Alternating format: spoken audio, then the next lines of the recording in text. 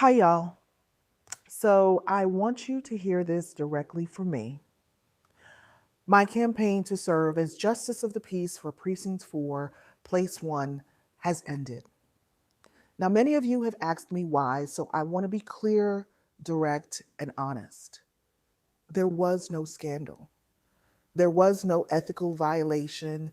There was no question about my qualifications, my integrity, or my commitment to this community. This campaign ended because of a minor clerical error, but with major consequences. Let me explain. To appear on the ballot, candidates must submit a required number of qualified voter signatures on a state prescribed form. And I did that, and then some. I gathered more than 25% above the minimum required, not by chance, but because so many of you wanted to be counted as part of a movement to elevate what we expect from our community courts. I also wanted to be careful, knowing that in any petition process, a handful of signatures may not ultimately count. The form itself is a basic government document. You download the form, fill in the blanks for the office you're seeking with your name and some other information. So that's what I did. I downloaded the form and I began collecting signatures.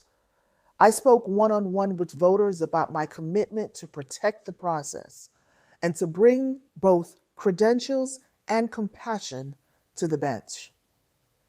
As the process went on, a number of older voters kept telling me the same thing. Maxine, they said, the print is too small.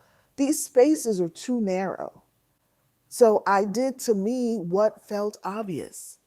I reprinted the same exact form, but on larger paper, with larger print and wider spaces, so everyone could comfortably participate.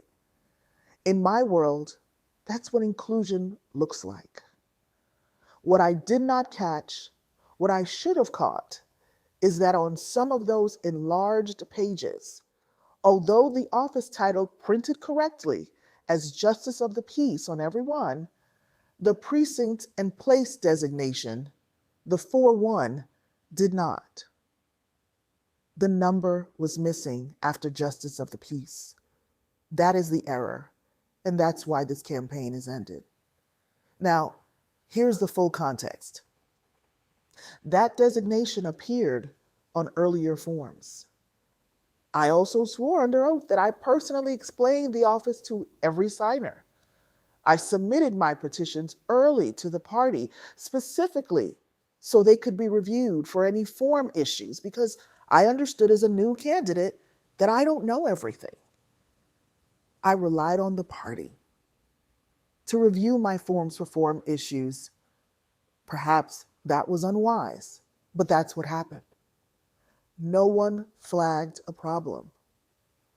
I then went on to participate in the party's official ballot draw, where I drew the number 1 position.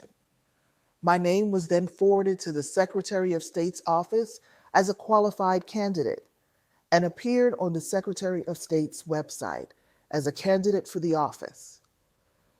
But my opponent challenged the petitions, and the party chair determined that this missing designation, the missing 4-1 on some pages, was fatal.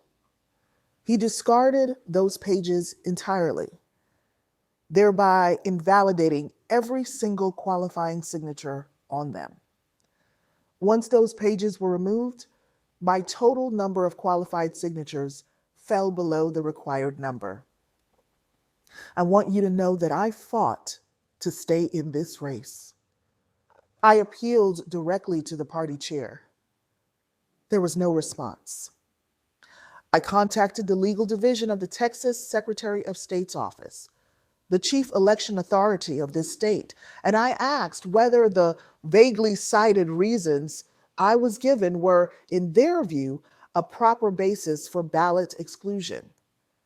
Their response was clear. It was not their recommendation that it should be, but it was just that, a recommendation. And the final decision rested within the discretion of the party chair. That discretion was never revisited. My appeal was never answered. So I went to district court seeking injunctive relief to stop removal from the ballot because I was never given a clear, specific explanation of the basis for exclusion. I did not even know who had challenged my petitions or on what precise grounds until it was presented in that open district court. Unfortunately, in that hearing, I did not prevail.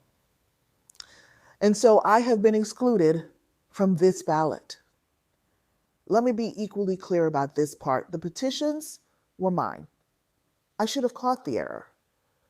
In a grassroots campaign with no paid staff, part-time volunteers, and me doing nearly everything from yard signs to campaign speeches, I missed it. I own that. But here is the irony. That exact dynamic, the crushing weight of technical rules applied so stringently without humanity, is one of the reasons I wanted to serve on the bench of a community court. To work with people who are so often denied justice, not because they are wrong, but because they do not have the resources or the relationships or the leverage to survive a process that prizes technical perfection over substantive fairness. We need rules. We must have structure. But rules without humanity can become weapons. And when administrative processes are weaponized to bar access rather than to protect integrity, they do not strengthen democracy. They narrow it. When discretion is exercised in ways that only some people can survive, it sends a clear message about who is expected to participate and who is not. That's where I am today. Now, political consultants everywhere are going to cringe when I say this, but I'm going to say it because it's the truth. I am deeply disappointed. My heart is broken, but my spirit is not. In fact, I am emboldened because I did not run this race alone. I was not the only one asking hard but necessary questions. I was not the only one believing that the so-called minor courts, where people's major life outcomes are decided, deserve excellence without exception, real credentials, real judicial temperament, and real access to justice without conflicts of interest. So many of you joined me in that belief. And so many of you have pledged to stay with me, and I am so grateful because you do not join me in anger. You do not join me in ugliness, but we are joined together in the beauty of demanding better, in insisting on excellence without demanding impossible perfection, in choosing leaders because of what they know and who they are, not because of connections or glossy mailers, staged photos, paid access to high-dollar consultants. Shirley Chisholm once said, "You don't make progress by standing on the sidelines, whimpering and complaining. You make progress by implementing ideas." That's what we've done in this campaign and what I am committed to continue to do. To planting the seeds of ideas that coerce us to inquire internally about ourselves, about what we expect of our candidates and our political and judicial leaders, and what we passively endorse by not getting actively engaged. When I first raised concerns about this court, an elected official told me, "Maxine, voters get what voters demand.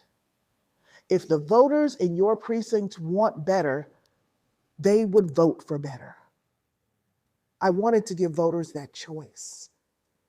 So I may not be on this ballot, but I am not done. We are not done because we still deserve better. We still deserve different. I've been told that politics is a dirty game, but politics is only as dirty as we allow it to be. And it cannot remain this way if we demand better, if we are better. The stakes are too high.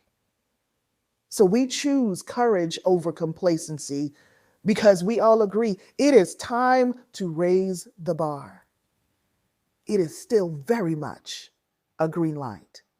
See you soon.